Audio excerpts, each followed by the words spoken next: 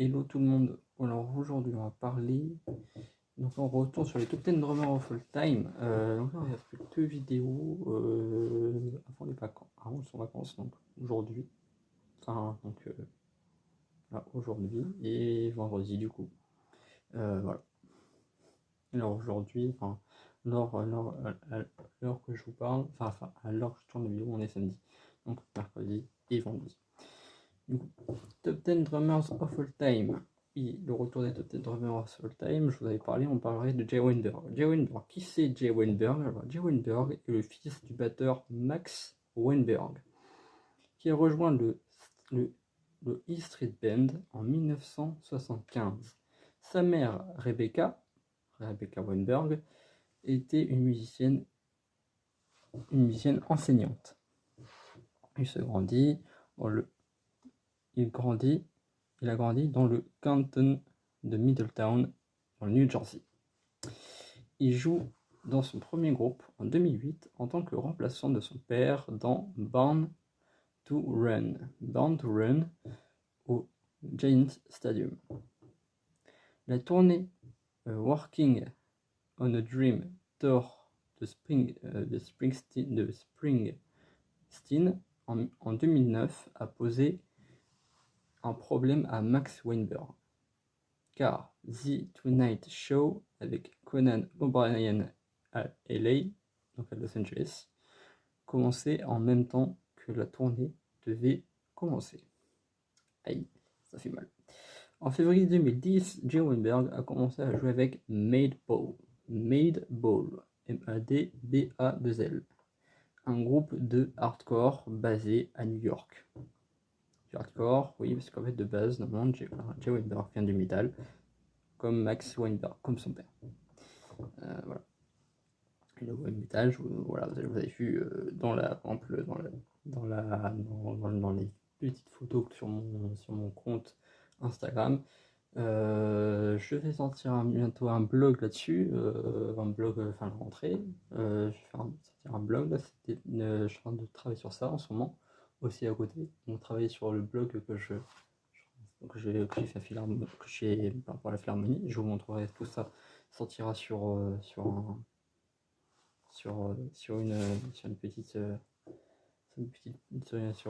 autre truc qui est YouTube, mais je vous tiendrai au courant. Basé à New York. En juin de cette année-là, il a été annoncé qu'il deviendrait le batteur de leur prochain album, Empire. Et d'une tournée en septembre 2010, le groupe l'a envoyé le chanteur de Madball, Freddie Cricrien, disant: je laisse Jay partir au Canada parce que j'ai juste l'impression qu'il ne présente pas bien ce groupe au niveau du personnage. En réponse, Jay Weinberg a déclaré qu'il avait déjà quitté le groupe à ce moment-là et que même si j'aimais vraiment jouer de la musique, je ne souscris pas à leur choix d'habitude et de style de vie. En août dernier, alors que j'étais en tournée en Europe, des événements troublants au sein du groupe m'ont indiqué qu'il était temps pour moi de passer à autre chose. Petite citation. Dans tous les cas, Jay Weinberg a déclaré que lui et le groupe devraient être fiers d'Empire, leur album. En novembre 2010, il a été annoncé que Weinberg jouerait de la batterie avec le groupe de punk rock Against Me. Oui, parce que lui, avant de jouer, on arrive, en fait, c'est une petite biographie où on décortique tout le parcours de Jay Weinberg. Against Me. Oui, un groupe de punk rock américain, de New York aussi, hein, également, parce que lui vient de Brooklyn. Voilà, Brooklyn, New Jersey, dans le New Jersey à Brooklyn. Voilà, Brooklyn, New Jersey. Voilà. Pour ceux qui ne savent pas, New Jersey, c'est essentiellement Brooklyn. Enfin, non, c'est Brooklyn. Pour ceux qui ne comprennent pas, pour ceux qui n'ont pas capté. pour leur prochain spectacle de 2011, remplaçant le batteur régulier George Rebello pendant qu'il tourne avec son autre groupe Hot Water Music. Au fur et à mesure que l'année passait, l'arrangement semblait de plus en plus permanent. Oups. Weinberg a également joué un peu avec le groupe Fences en 2011. Fin 2011, Against Me a commencé à enregistrer son premier album avec Weinberg à la batterie.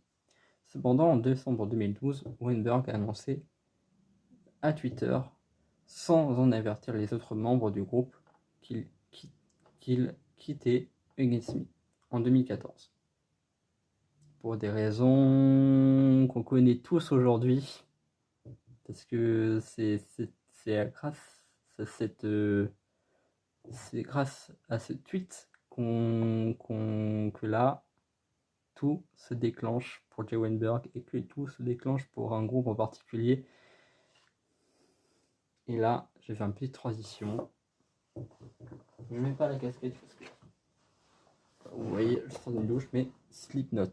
Voilà, je mets la casquette Slipknot. Je sais pas où je la mette. Je la mets là, tiens. Je sais pas où la mettre. On l'a mis là. On a mis là la casquette Slipknot. Bien. Voilà. Slipknot. Alors pour ceux qui n'ont pas compris, une transition, pourquoi je mets Slipknot? Parce qu'en fait, c'est grâce qu'il a quitté Against Me que Slipknot va chercher Jay Weinberg. En 2014, Weinberg est devenu le batteur de Slipknot. Ça y est, 2014, voilà. Il est devenu le batteur de Slipknot à la suite du départ de Joey Jordison en 2013, en décembre 2013. Pour ceux qui n'ont pas compris, en décembre 2013, Joey Jordison décède et c'est la fin. Et aussi également, bien sûr, notre cher Paul Gray qui part. L'identité du batteur n'a pas été officiellement révélée par le groupe ainsi que le nouveau bassiste, Alessandro Venturella, qui est le bassiste remplaçant, et encore aujourd'hui, qui est encore le bassiste remplaçant de Monsieur Paul Gray, car ils n'étaient pas des membres officiels à ce moment-là. Un ancien technicien de batterie du groupe a divulgué leur itinéraire, révélant en même temps que le batteur et Weinberg Venturella a également été nommé sans l'itinéraire, bien que les fans l'identifiaient plus tôt. Ils l'ont identifié plus tôt. Par ses tatouages caractéristiques à la main. Sûr. On reconnaît tous bien sûr Jay Weinberg grâce à ses tatouages. Voilà, on reconnaît, c'est facile à reconnaître. Jay Weinberg, il est facile à reconnaître. Pour ceux qui ne connaissent pas Jay Weinberg, pour ceux qui connaissent Jay Weinberg, vous savez très bien de quoi je parle. Jay Weinberg a été officiellement annoncé comme le nouveau batteur par Jim Roots dans une interview avec Ultimate Guitar le 13 mai 2015. Qui Jim Root, c'est le guitariste rythmique des Slipknot. Donc le deuxième guitariste. Avec bien sûr, comment il s'appelle ce mec? Ça va revenir, mais vous savez de qui je parle. Le 5 novembre 2013, 5 novembre 2023, pardon, oui, 2015, je vais pas 2013, le 5 novembre 2023, Slipknot annonce se séparer de Jay Weinberg. Et là, vous savez de quoi je parle. Qu'est-ce qui se passe? Jay Weinberg, dans un communiqué officiel, a pris une décision créative, le remerciant alors pour son dévouement et sa passion depuis ces 10 dernières années. Supprimé quelques heures plus tard sur les réseaux sociaux officiels du groupe. L'annonce de son départ reste tout de même visible sur leur site web et il est le nouveau batteur de Suicidal Tendencies. Alors pour ceux qui n'ont pas compris pourquoi c'est le nouveau batteur de Suicidal Tendencies, donc ce qui s'est passé, c'est que pendant cette période-là, je l'ai déjà expliqué dans une autre vidéo que vous pouvez retourner voir vous pouvez retourner la voir pour ceux qui n'ont pas encore compris, pour savoir de quoi je parle. Donc Grayson Necrootman, qui est l'ancien batteur des Suicidal Tendencies, qui va, en fait, en gros, il y avait une sorte de triangle. Un triangle, une sorte de triangle, voilà, un triangle, voilà, le triangle. En gros, ce qui s'est passé, c'est que là, on a, en gros, au haut du triangle, on a monsieur Jay Weinberg. Là, on a monsieur Eloy Casagrande, et là, on a monsieur Grayson Nekrutman. Jay Weinberg quitte Suicidal Tendencies, enfin, se fait virer de Slipknot. Eloy Casagrande quitte Sepultura. Grayson Nekrutman quitte. Et Grayson Nekrutman quitte. Suicidal Tendencies. Qu'est-ce qui va se passer? Grayson Nekrutman va rejoindre. On va switcher entre Jay Weinberg et Grayson Nekrutman. Jay Weinberg va aller chez Suicidal Tendencies et Grayson Nekrutman va aller chez Sepultura. Tandis que Eloy Casagrande est le nouveau batteur des Slipknot. Eloy Casagrande, qui c'est un batteur brésilien qui est l'ancien batteur des Sepultura depuis 2013 et qui est maintenant le nouveau batteur des Slipknot. Donc Jay Weinberg est maintenant le nouveau batteur des Suicidal Tendencies. Donc la discographie de monsieur Jay Weinberg. Alors la discographie elle est très intéressante parce qu'il y a beaucoup d'albums parce qu'en fait il a joué dans 4 groupes différents. Donc The Revealing au début en tant que son premier groupe. Dans son premier groupe, ensuite il a joué avec Madeball. Donc The Revealing c'était avec un remplaçant de Max Weinberg. Madeball, c'est le groupe où là il y avait le petit problème de communication, etc. Against Me, le groupe de punk. Hesitation Woods, le projet qui est toujours présent, Hesitation Woods, qui est le projet en parallèle de Slipknot. Parce que voilà, en même temps que je joue avec Slipknot, il joue avec Hesitation Woods. Pardon. Donc il y a un H. Avec The Revealing en 2008, RD Radio, un EP en 2009, avec Madeball Empire 2010, il n'y a qu'un seul album. Avec Against Me, pareil, un seul album, et encore non, ce n'est pas un album, c'est un single, Russian Spies / Occult Enemies en 2011, donc un single hors album. Avec Hesitation Woods, un EP en 2013 qui est Hesitation Woods, et en 2016, Awake for Everything. Avec Slipknot, alors là on a beaucoup de titres. Five the Grey Chapter en 2014, Day of the Gusano, hein, c'est ça. Day of the Gusano 2017, All Out Life 2018, un single hors album, bien sûr. We Are Not Your Kind en 2019 et The End So Far en 2022. Le matériel de monsieur Jay Weinberg, alors là, on a une très belle batterie, on a une batterie qui est impressionnante, on a une DW900 Single Bass Tom Pedal. Single, c'est une seule pédale. C'est ça que j'en prends pas. Okay. Donc une pédale DW900. Voilà. C'est une très très bonne pédale de grossesse. Une SJC Slipknot Kit. Une Jay Weinberg SJC Drum Signature Snare Drum, donc sa propre Kessler la Kessler de Jay Weinberg, que vous pouvez aller voir sur le site. Donc, il y a un site pour ça où vous pouvez voir, il y a un petit site où vous pouvez voir le set de monsieur Jay Weinberg. Vous mettez tout simplement sur internet, vous mettez set Jay Weinberg batterie et vous trouvez le site où il y a toutes les informations. J'ai pas tout mis parce qu'il y a beaucoup de choses. J'ai mis seulement les trucs les plus importants. Roland et une Roland VAD 506. C'est une petite machine qui permet de faire des petits. Je crois un pad électronique. C'est un pad Roland VAD, pad électronique Roland VAD 506. Et après, il y a bien sûr plein de cymbales super impressionnantes. Et voilà, j'ai terminé. Je me semble que j'ai fini pour monsieur Jay Weinberg. Oui, j'ai fini pour Monsieur Jay Weinberg. C'est une, voilà, c'est une très très belle, voilà, 15 minutes, parfait, c'était efficace. Voilà, c'est en gros Jay Weinberg, c'est un super batteur. Il a joué dans plusieurs groupes différents. Donc en gros, si on fait tout le parcours de Jay Weinberg, il a joué avec E Street Band en 1975 en tant que remplaçant de son père Max Weinberg, et a joué en parallèle de ce projet-là The Rebelling, qui a été son premier projet.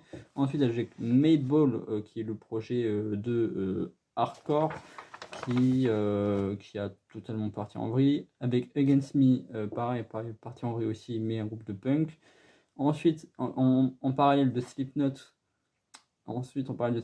Enfin, il n'est pas parti en vrille, parce qu'en fait, enfin, Against Me, c'est pas parti en vrille. C'est plutôt lui qui a décidé de partir du groupe, parce que bah, il avait trouvé, parce qu'il a su que Slipknot avait besoin d'un batteur, et il s'est dit, bah, en gros, et que, en gros, ce qui s'est passé, c'est que Monsieur Paul Gray, non, pas Monsieur Paul Gray, comment ça s'appelle, Monsieur Corey Taylor, le chanteur, Monsieur Corey Taylor, des Slipknot, a appelé Jay Weinberg, il a dit, frérot, on a besoin d'un batteur, est-ce que t'es chaud? Il a dit, let's go, moi je viens, j'arrête. Et du coup, il a arrêté Against Me, il a quitté Against Me, et du coup, il a décidé de rejoindre Slipknot. Et en parallèle de ce projet-là, il a décidé de faire un petit projet en même temps pour lui-même, pour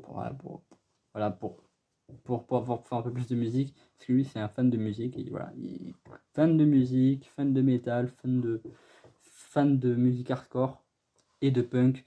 Il a joué avec Hesitation Woods, qui est un groupe incroyable, un magnifique groupe de punk, qui est Hesitation Woods, qui est un super groupe de punk canadien, qui est super canadien du nord, du sud du Canada, près de Toronto. Et voilà, super groupe, Hesitation Woods. Et si on parle de Slipknot, bien sûr, parce que bah, Slipknot. C'est le seul projet. Et après, bien sûr, après Slipknot, il a joué avec Suicidal. Il y en a un, il joue avec Suicidal Tendencies. Toujours pas de EP sorti, toujours pas de album sorti, mais pour l'instant, il y a une tournée qui est prévue. Une tournée qui est prévue de Suicidal Tendencies, qui est prévue pour le mois de. À partir de cet été, si j'ai bien compris, avec bien sûr en participant au Hellfest 2024. En parlant de l'Hellfest 2024, on a une c'est un très très beau, c'est magnifique. Il y a du Metallica, il y a du Megadeth, il y a du Foo Fighters, il y a bien sûr Bad Situation en tant que groupe français, le duo Bad Situation, les feux qui sont considérés comme les Foo Fighters français. Il y a qui d'autre? Il y a Corey Taylor en ce projet solo. Il y a bien sûr le projet solo aussi de l'ancien guitariste des Rage Against the Machine, qui s'appelle bien sûr comment il s'appelle ce mec? C'est mon guitariste préféré, qui est trop chaud. Bref, il est trop fort et il est ceinture. Vous savez très bien de qui je parle. Ouais, il y a une très belle programmation. Ils ont fait encore une très belle programmation cette année. Ils ont fait, je crois que c'est la plus grosse, c'est la meilleure programmation pour moi en tant que fan de métal, en tant que fan de métal et fan de rock.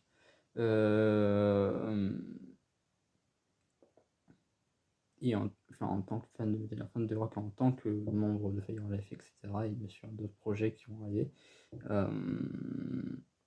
Pour moi, c'est la meilleure programmation de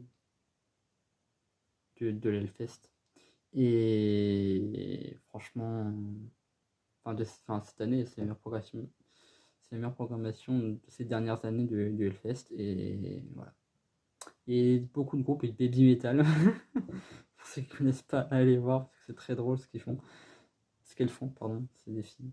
C'est des coréennes et elles sont très très fortes. Elles envoient ça envoie du steak. Un autre groupe aussi qui est un groupe allemand qui est très très chaud, qui a participé aussi, qui s'appelle un groupe de techno metal. Techno metalcore aussi, enfin techno metalcore. C'est pas des Français, c'est des Allemands. Comment ils s'appellent? Le groupe est super drôle. J'adore leur vibes. Ils ont fait un feat avec, bien sûr, justement avec Lily Meta sur un single. Mais bref, en tout cas, voilà, Jay Weinberg, voilà, il y en a faut passer maintenant. Cette fin de vidéo, c'est déjà 20 minutes, ça y est, on est passé les 20 minutes. On est dépassé les 20 minutes, il faut placer Jay Weinberg dans un top 10. Alors déjà, dans les anciens batteurs, on a déjà mis dans le top 10 des drummers. Of all time, on a mis Chad Smith en 2. On a mis Chad Smith des Red Hot Chili Peppers en 2. Ensuite, on avait mis qui d'autre? On avait mis le batteur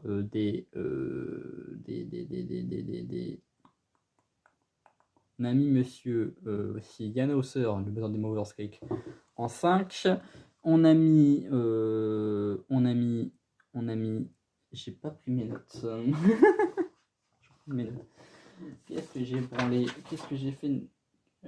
Non, on n'a pas fait de. Pourtant, on n'a pas mis le batteur de Sleep Token. Qu'est-ce qu'on avait mis? Mother's Cake, Yann Hausser. Voilà, on a mis Yann Hausser en 5. On avait mis le. Oh, yeah, je crois que je prends toutes mes notes, c'est chiant. C'est une table de Kiwachiko, Adabda. Non, non. Et non. Ah oui, c'est toutes les anciennes vidéos là. Toutes les notes des anciennes vidéos. Je vais croire que je fais mal mon truc. Bref, je vais repasser ça. Donc, je vais repartir là-dessus du coup. Battle Turnstile en 9. On avait commencé par le Battle Turnstile qu'on a mis en 9. Daniel Fang en 9, le Battle Turnstile. Ensuite, on a mis Monsieur Chad Smith des Red Hot Chili Peppers en 2. Ensuite, on a mis Monsieur Ian Hausser en 5. Là, Jay Weinberg. Alors, comment dire? Donc, on ne mettra pas en 1 parce que en 1, vous savez très bien vous savez déjà d'avance qui vous savez, à mon avis, je pense que vous savez déjà qui je vais mettre en 1. Me connaissant très bien. Jay Weinberg, qui est l'un de mes batteurs préférés, l'un de mes batteurs préférés de métal, qui a fait, qui a joué dans des groupes de punk aussi qui sont très très forts. Il a joué dans plein de groupes. Donc, logiquement, si on a mis Chad Smith en 2, qui est assez très polyvalent, qu'avec les Red Hot Chili Peppers, il a fait du punk, du hip-hop, il touche à tout quoi. Il y a Hausser qui touche à tout mais en version plus funk. Donc, qui sont les Red Hot bien sûr avec son groupe Mother's Cake, qui est un groupe autrichien de funk rock progressif mais qui touche un peu à tout. Comme en gros c'est un peu les Red Hot Chili Peppers de la funk. Donc en gros, et bien sûr on a mis le batteur Daniel Fang des Turnstile en 9, qui est un très très bon groupe de pop punk qui envoie du steak. Donc Jay Weinberg, il sait faire du punk, il sait faire du hardcore, il sait faire du néo-metal. Maintenant, avec ce chez Genesis, il fait plus entre de la pop punk, il fait plus entre de la punk et en gros, c'est du punk hardcore. Ça s'appelle le punk hardcore, ce qu'ils font chez Genesis. Donc, lui, c'est plutôt dans la punk et le metal, entre le mélange et la punk et le metal. Qui est un très bon mélange en termes de rock et de rock, en termes de dynamique. Sur scène, en termes de tous ces, en fait, comment je fonctionne pour classer un batteur dans un top 10 drummer all time. Je regarde d'abord le parcours, donc tous les groupes avec qui il a joué, le matériel qu'il utilise, les sorties d'albums, s'ils sont bien ou pas, les albums, les groupes, dans quel groupe il a joué. Lui, maintenant, il a joué dans deux groupes très connus, qui sont très très connus, Slipknot et Social Tendencies aujourd'hui. Avant, les Egyptian Woods, etc., c'est des groupes qui sont un peu moins connus, mais qui sont quand même assez importants dans son parcours. Il a commencé en étant remplaçant de son père Max Weinberg, qui est un très très bon batteur également. Qui était un très bon batteur également, parce que Max Weinberg, il est décédé maintenant, Il est décédé depuis quelques années, si je ne me trompe pas.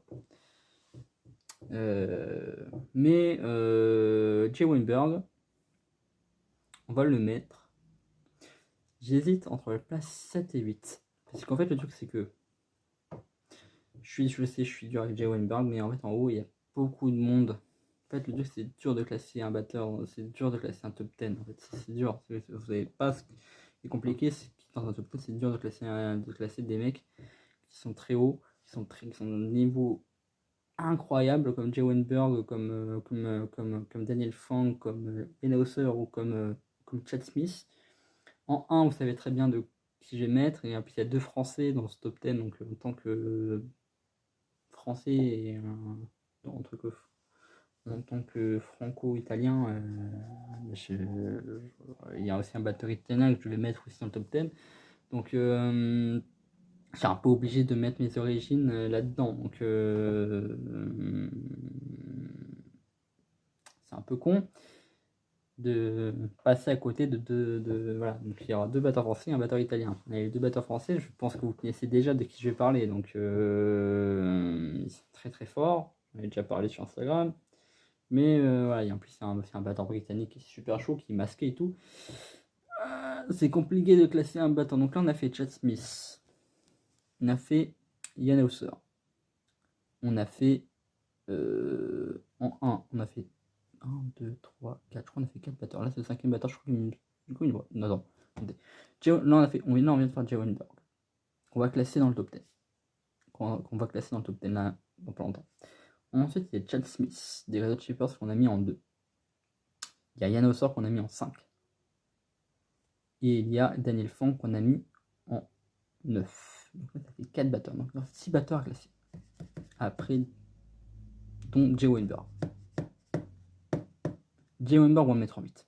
Juste avant Daniel Fang. Je suis dur avec Jay Weinberg, mais il y a du niveau, il y a des très très bons batteurs qui sont devant, et Ian Hauser, c'est pas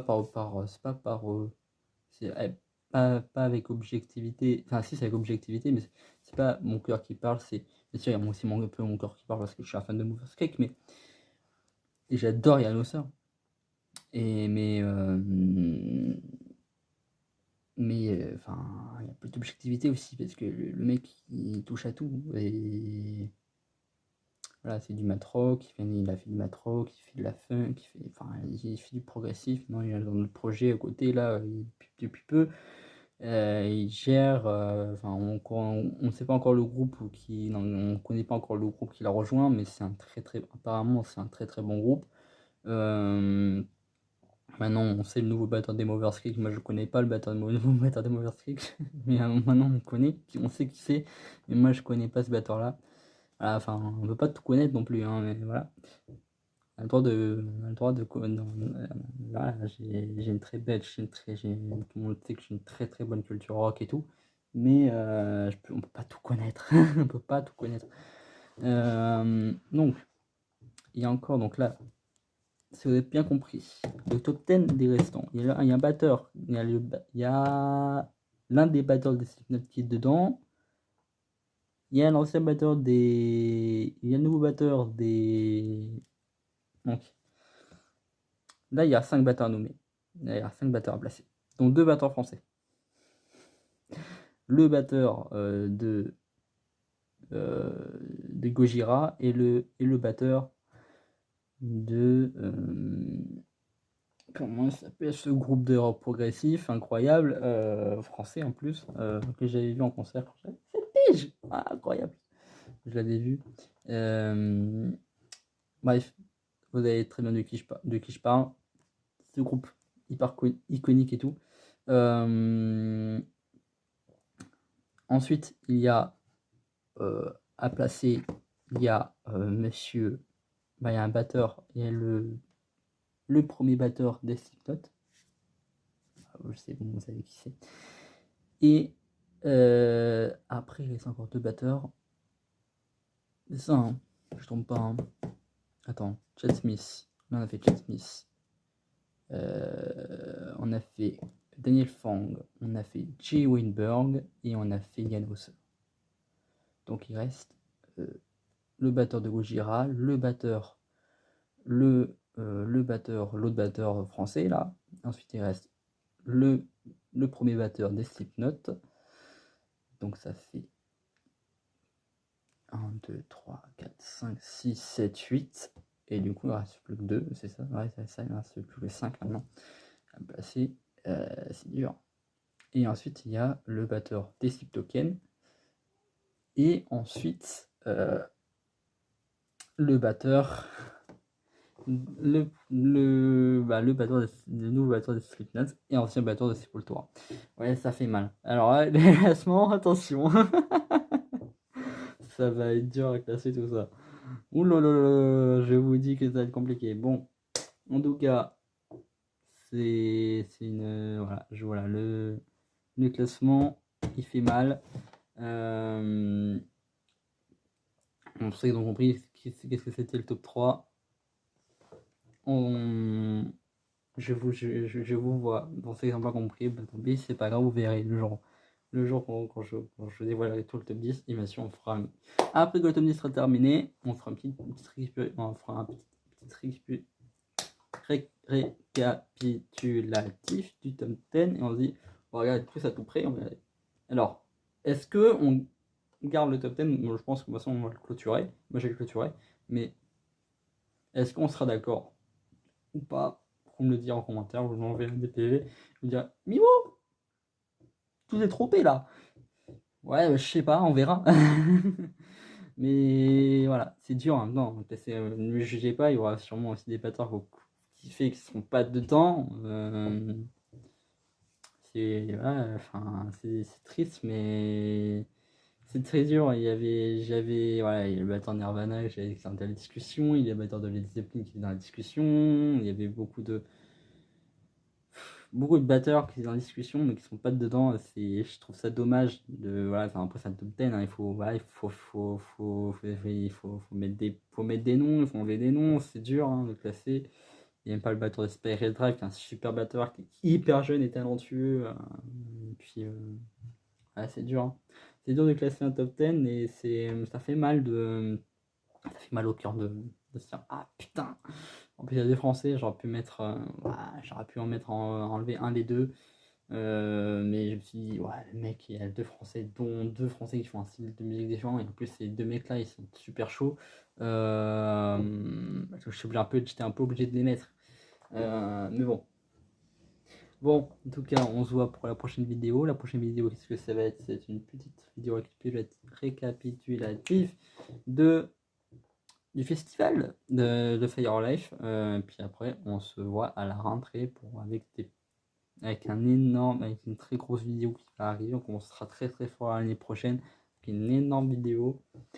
Ça va envoyer du lourd. Je vous tiens au courant et on se tient au jus pour le blog de l'exposition de la Philharmonie de Paris sur le métal.